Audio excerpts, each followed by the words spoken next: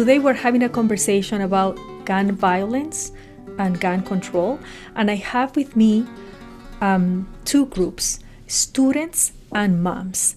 And I think that it is important for us to reflect on the coming together of the youth and the moms. I'm also a mom, in order to create an environment that will keep us safe from guns. Some people really defend the right to own a gun, and this is a forum that is open, and it is an open conversation with respect.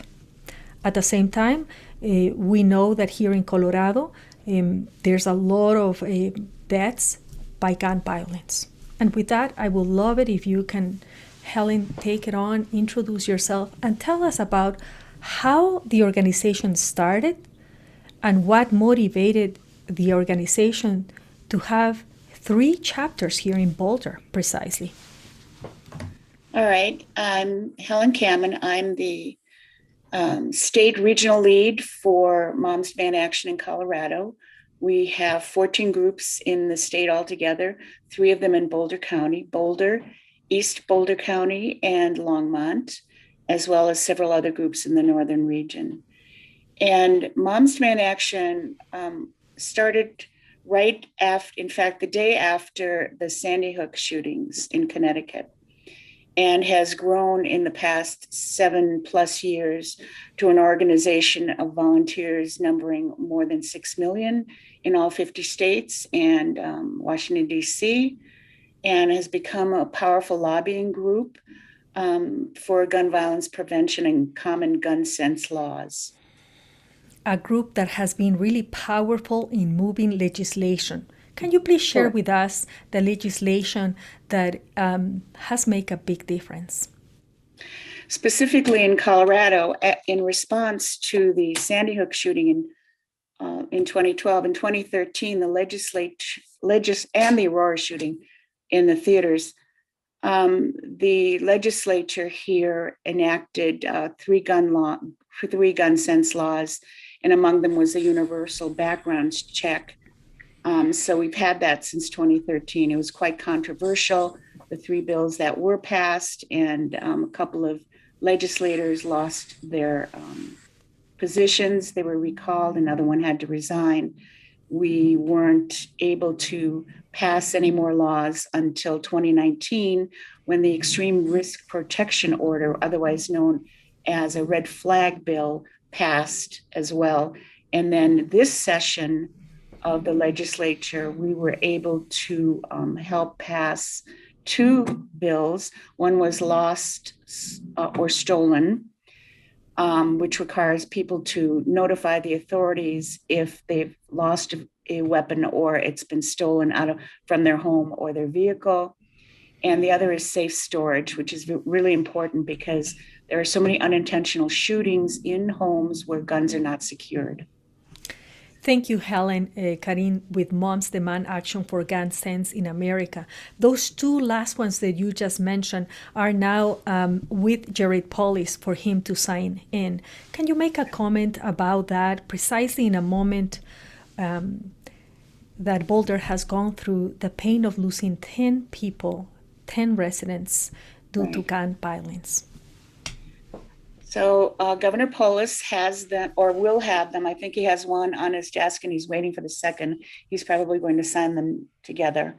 And so those will go into effect, I think, in August. I'm not quite sure. But we're also looking for a waiting period bill. We've been in talks about an assault weapons ban, which is sort of a symbolic gesture. There are all kinds of things that are on the table right now, and that we have to work through with the legislature and the various stakeholders in this. But it was 3 weeks ago plus 1 day, and it just shows that for every 2 steps we take forward, there's another one back. And there are so many still loopholes and incidents that we have to manage and that we have to overcome. And it seems like everything is getting closer to us. It's not a matter of if something will happen, it's when. It's when will happen. And it happened to us in our town, Boulder.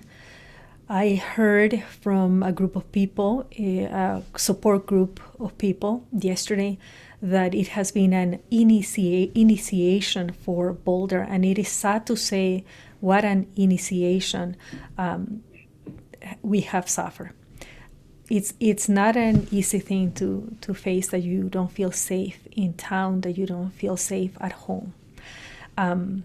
It is super difficult. The last thing that I would like you to share with us is something extremely important, that is how your organization and the other organizations like yours have been extremely important in mobilizing what we call Be Smart program. And if you can explain that. Yes, the Be Smart program is a program that Moms Demand Action started. Be Smart, it's an acronym, B, S-M-A-R-T. S stands for secure your weapons. M is to model good behavior around weapons. A is for ask, and that specifically is for when parents or caretakers take children to other people's homes or to other activities where they actually ask whether there are weapons on the grounds or in the homes, and how are they secured. We've always, the ones that are mothers have always been able to ask, does your dog bite? My child has a nut allergy. You don't have any nuts? But we're just the last few years learning to ask about weapons. So that's A. And then R is recognize when there are signs of possible self-harm. There's a significant number of juveniles that are accessing weapons and completing suicide around the country. And T is tell. If there's a dangerous situation with a weapon, that people of all ages and children are taught to tell someone in authority. And it's been quite effective. We are in the process of getting literature into the Boulder Valley School District. They've already passed a resolution saying that they need to get the word out about gun safety in the home. And Denver Public Schools has had it for a couple of years, and we're working with several other districts. And Adams 12 provides the Be Smart cards in packets that go home to their families. Extremely important information. Mm-hmm. Helen Kamin with Moms Demand Action for Gun Sense in America. Thank you so much for that piece of information. I think it is extremely important for our listeners to know that you have been fundamentally important for acting and promoting this important safety information for schools, especially. And I think that with this now, since you have talked about schools, I would like to have the opportunity to open the mics for the students that are joining us today. And I will really want to ask you directly to you, Ava and Hannah, what is it like growing up in a country where mass shootings are common?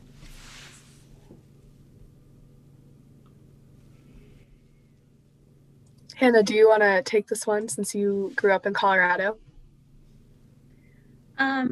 Sure. So I'm from Littleton, Colorado. Renbeck Columbine. I have grown up, with a generation of students who are used to school shooter drills. It's a pretty normal occurrence. I think for most students, that's a pretty normal part of our lives. And it's sad now as a college student thinking about elementary school kids having to go through that. I think for me, what's hard is adults looking to young people to share their experience with gun violence because it's so normalized in our lives. And that's hard because we just become, at least in my experience, I have to fight not to become numb because you hear all these horrific things in the news, and I think it takes a lot to stay engaged with this. And, from my perspective, that's why I appreciate Mom's Demand so much. I think with a lot of students, you're growing up dealing with,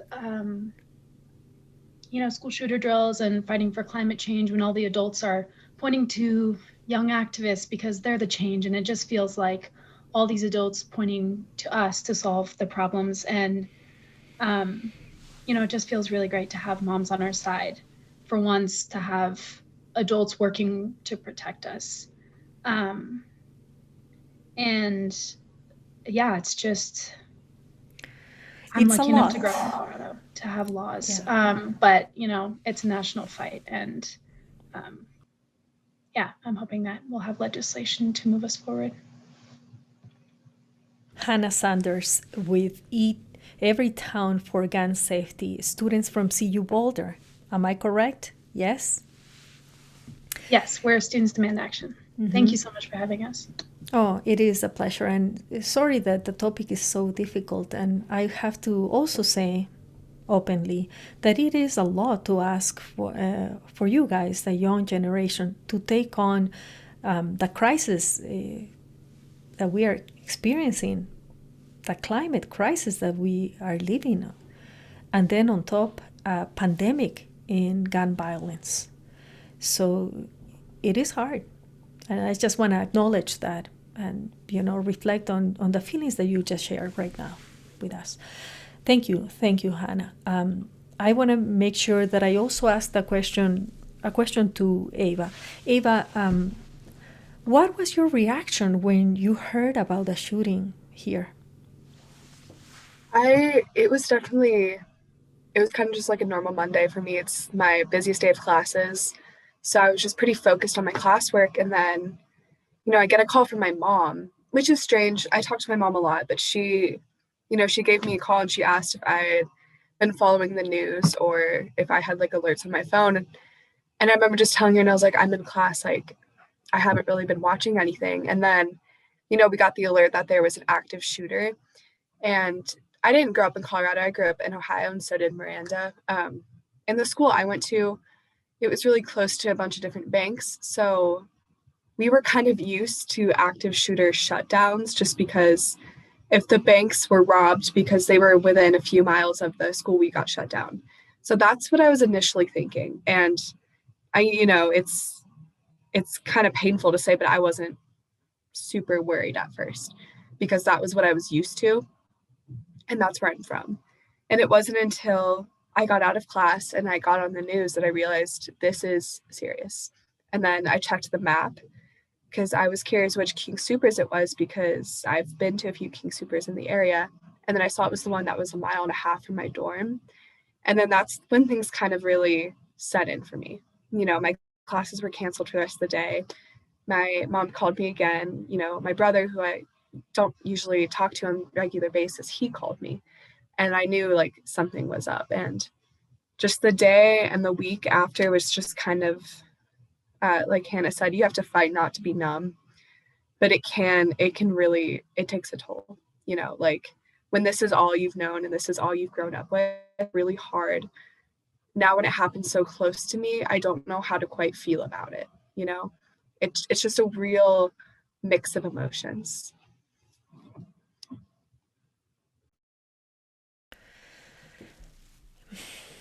Ava Renbeck, I'm hoping that I'm pronouncing your last name correctly, with Students Demand Action at CU Boulder.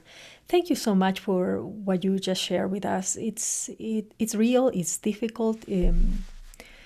It's hard not to get numb in a situation like that. And I'm happy in a way that your brother called you. That's very special. Of course, your mom, but that your brother got worried about you. And I can share also that I received a text from my son in Ecuador, back in Ecuador, where I'm from. He was worried and he sent me a text, "Are you safe?" And I said yes, but I was there at the scene covering the mass shooting. So it was really impactful for me too. I would like now to put this last question to the three of you. I think it is important for our listeners to hear your responses about this reflection that I'm going to try to make here. Do you think that our culture and the youth culture in particularly shape our attitudes towards guns? And I'm gonna say it again to see if it makes sense to you. Does our culture and youth culture in particular shape our attitudes towards guns?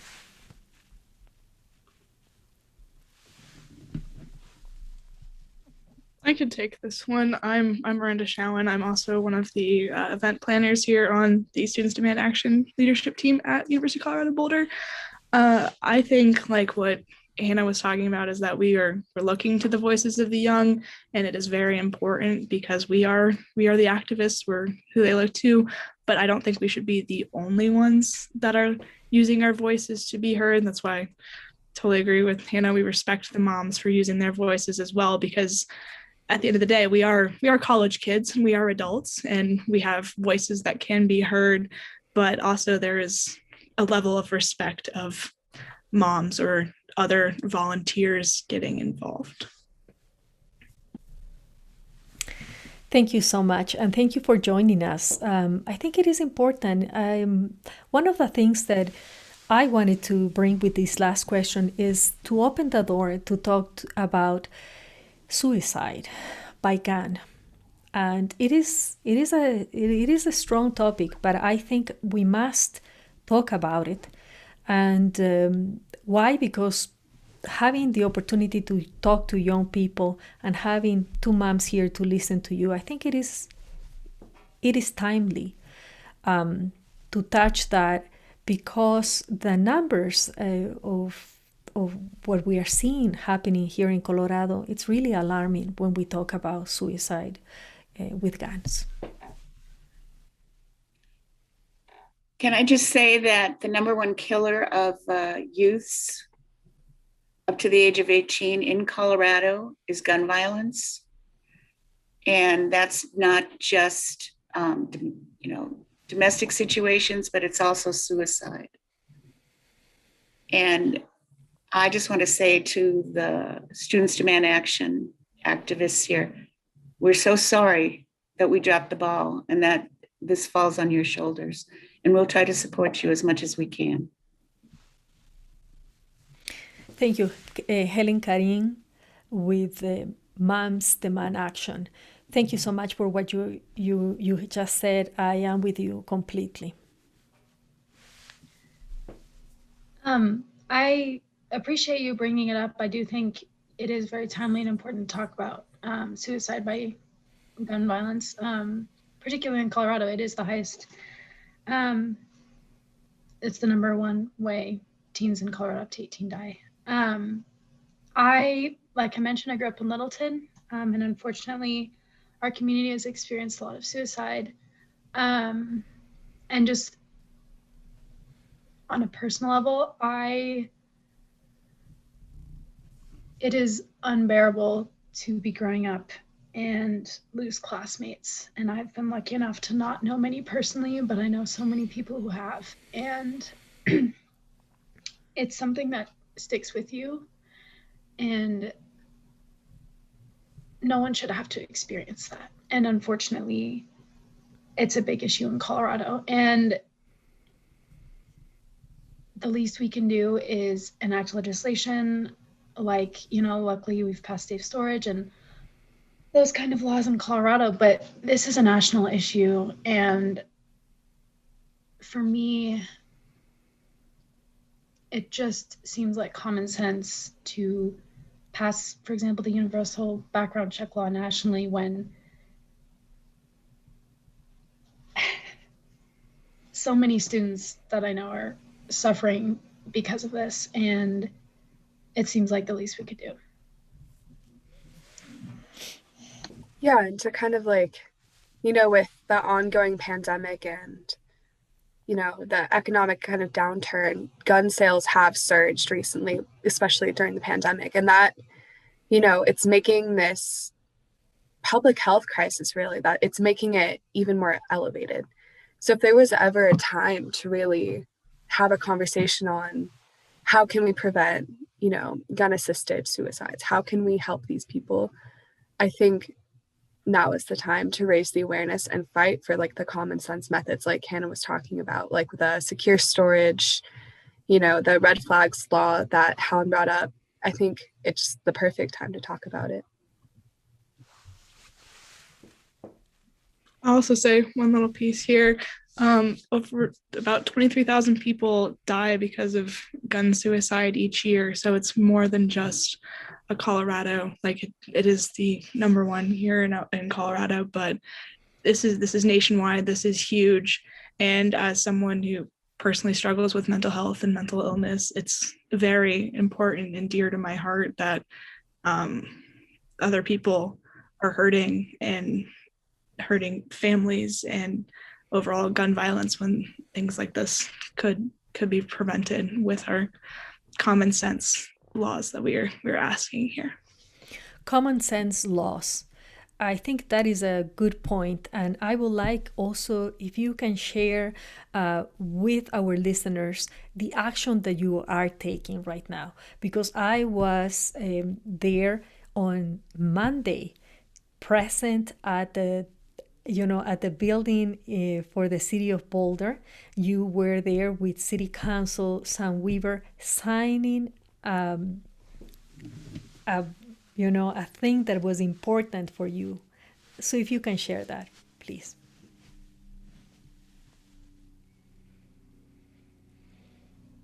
It was an action with the moms and the students together, an action that it's gonna mobilize more people around, not only here in Colorado, but around the United States.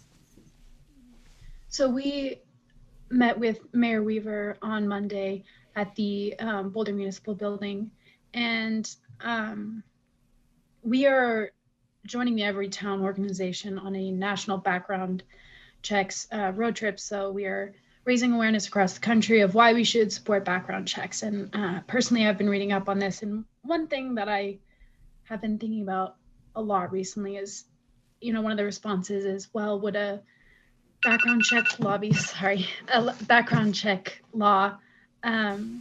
would it be burdensome? And what really stuck with me is that there's 2 times as many gun dealers as there are post offices in the United States, 4 times as many gun dealers as McDonald's in the United States. And so what this law would do is essentially, if there's an unlicensed gun seller, all they have to do is go to one of those gun dealers.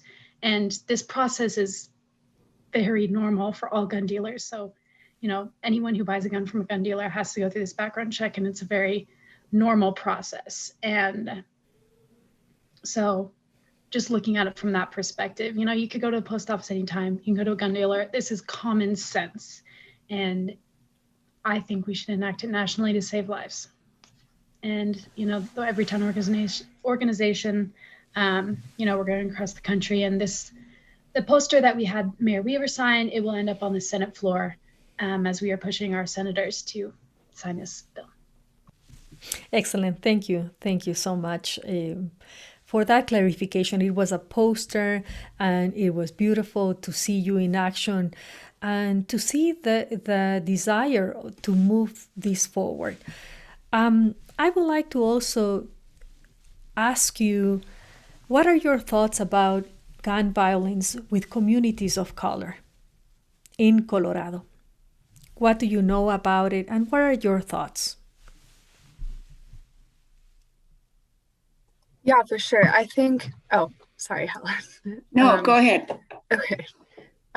Definitely when it comes to the talk about gun violence, and we talked a little bit about this on Monday, but a lot of it gets centered around the headliners of the mass shootings, such as the King Soopers or, the Atlanta shooting as well, or even the Knoxville shooting recently. But it's of the utmost importance to kind of center the conversation around the communities of color that experience this gun violence on a daily basis.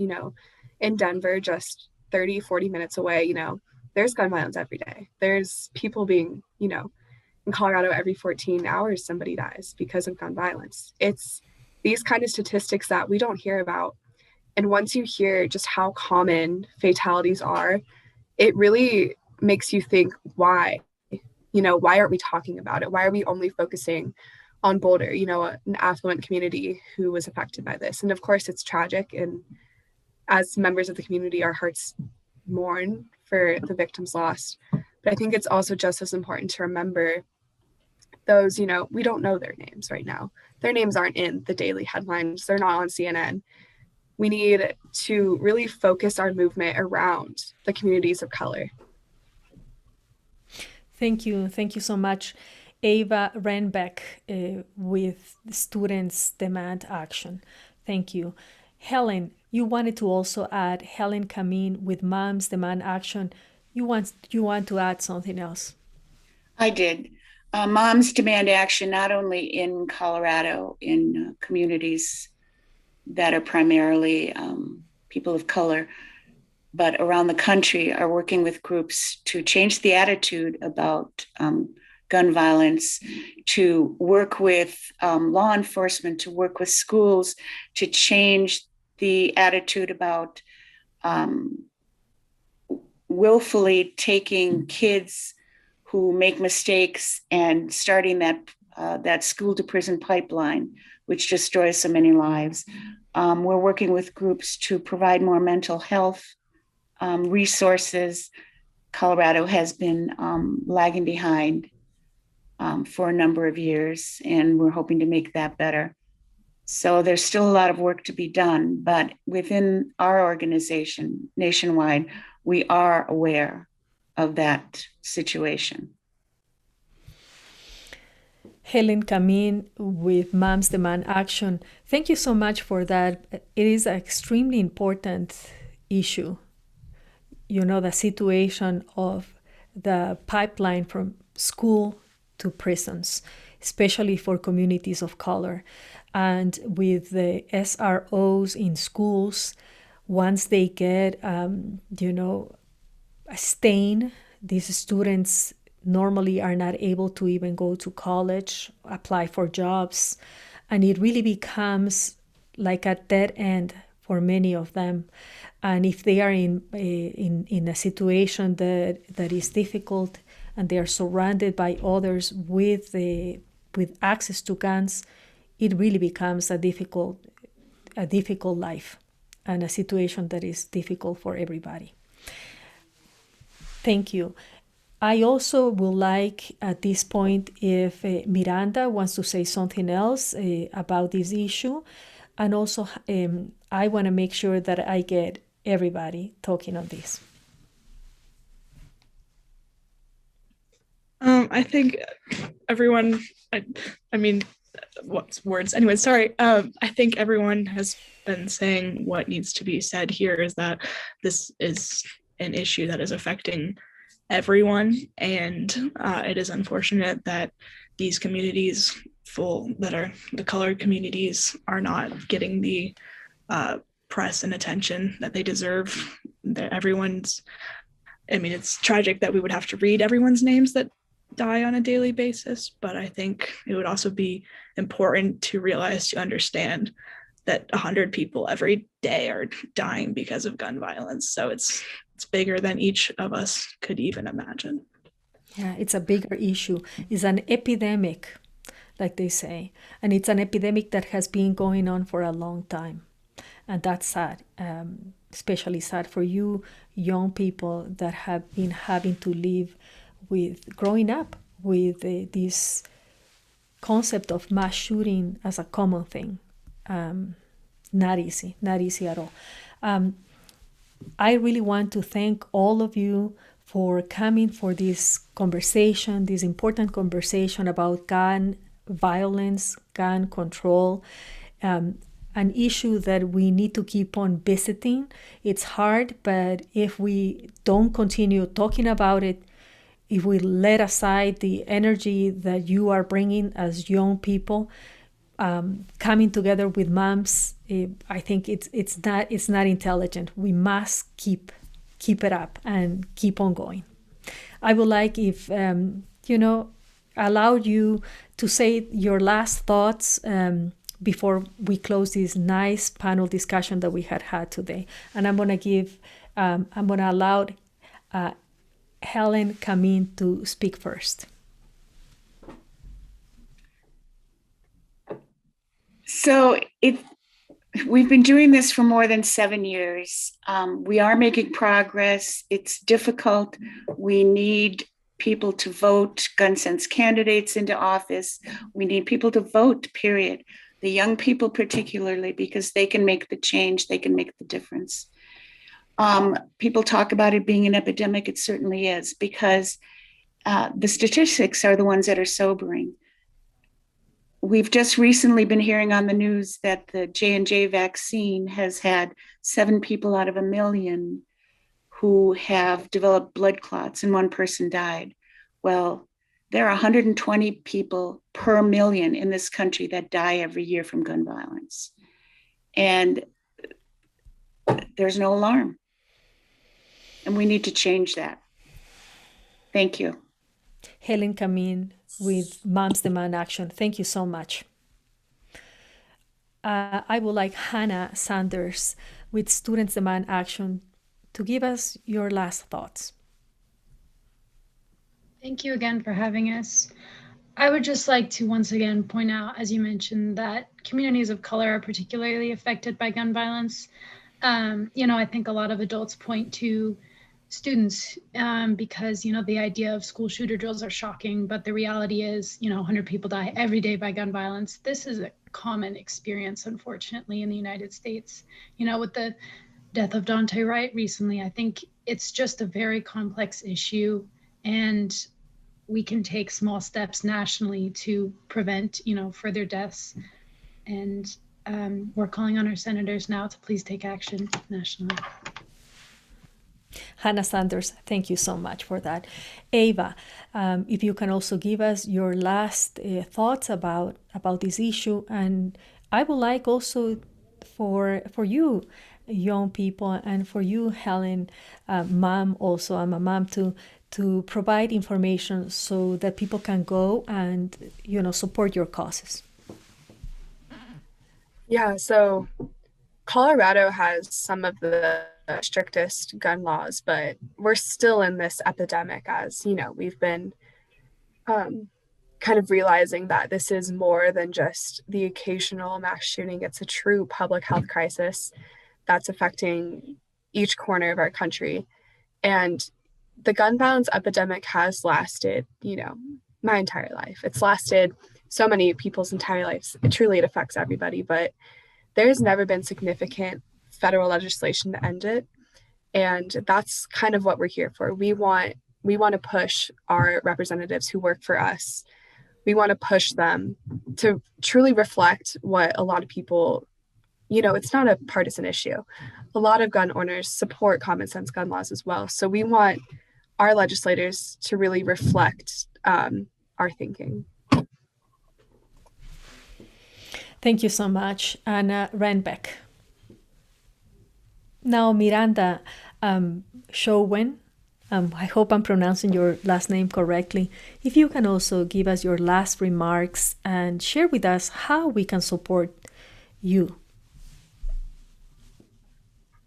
Yeah, you got it right. So thank you for that. I think the main message here is that there's never been a better time to act. Now is the time to take action, to contact your senators, to text buffs to 64433. If I think I got that number right, someone can correct me if I'm wrong, but thank you guys. To get them to pass background checks, which is what our nationwide, every town is doing at this moment. In regards to passing legislation, we've got a gun sense majority in both the House and the Senate. We've got a presidential administration that's the strongest support of gun safety measures. So actions will be taken. And like Ava was mentioning, that the overwhelming majority of people from Colorado, but also American people as well, are in supportive of this idea, whether they're Democrats, Republicans, etc. So this is something that can make us come together more than it can tear us apart, to build the sense of community that we are striving for.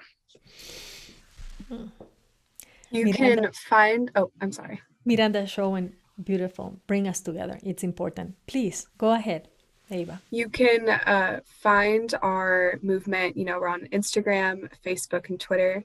It's just at Students Demand Action CU, and we post, our meetings, the rallies we're planning, just kind of keeping up with us. Thank you. Finally, I want to make sure that I also allowed Helen Kamin to make a call to action for those moms that are listening to our moms, dads, people in general, listening to this conversation today. So we're not all moms in Moms Demand Action. We're mothers and others is what we call ourselves. My call to action is what I said before: vote in gun sense candidates. Make sure that your legislators and your federal, national representatives and senators are aware that you're not happy about it, and keep pushing and keep pushing. If you want to join moms, you merely text join to 64433, or pretty much any word you want to 64433, and someone will get you connected to something. And I also wanted to say on Sunday, April 25th, we're having a memorial walk for the Boulder victims. And that's going to take place in Louisville, beginning at Cottonwood Park in Louisville at 4 p.m. We'll have speakers, we'll have opportunities for people to sign up for various calls for action and get more information, including the Be Smart program. Fantastic. Thank you so much. This has been a wonderful panel discussion with Moms and Students Demand Action, and it has been an honor for me to host you today, to have a conversation, to listen and learn from you. My name is Rosana Longo, and we have been doing this conversation, this coming together, because I'm working on a Trends podcast that is hosted in KGNU Community Radio. Once again, I want to thank you from my heart for the time you have given me, and I hope that you continue working hard and that there's a lot of progress this year and that things change for the future of our kids and the life that we deserve, a safe life where we feel safe and protected, and so that we can thrive in our lives. Thank you again for this opportunity. For KGNU, I am Rosana Longo. Thank you.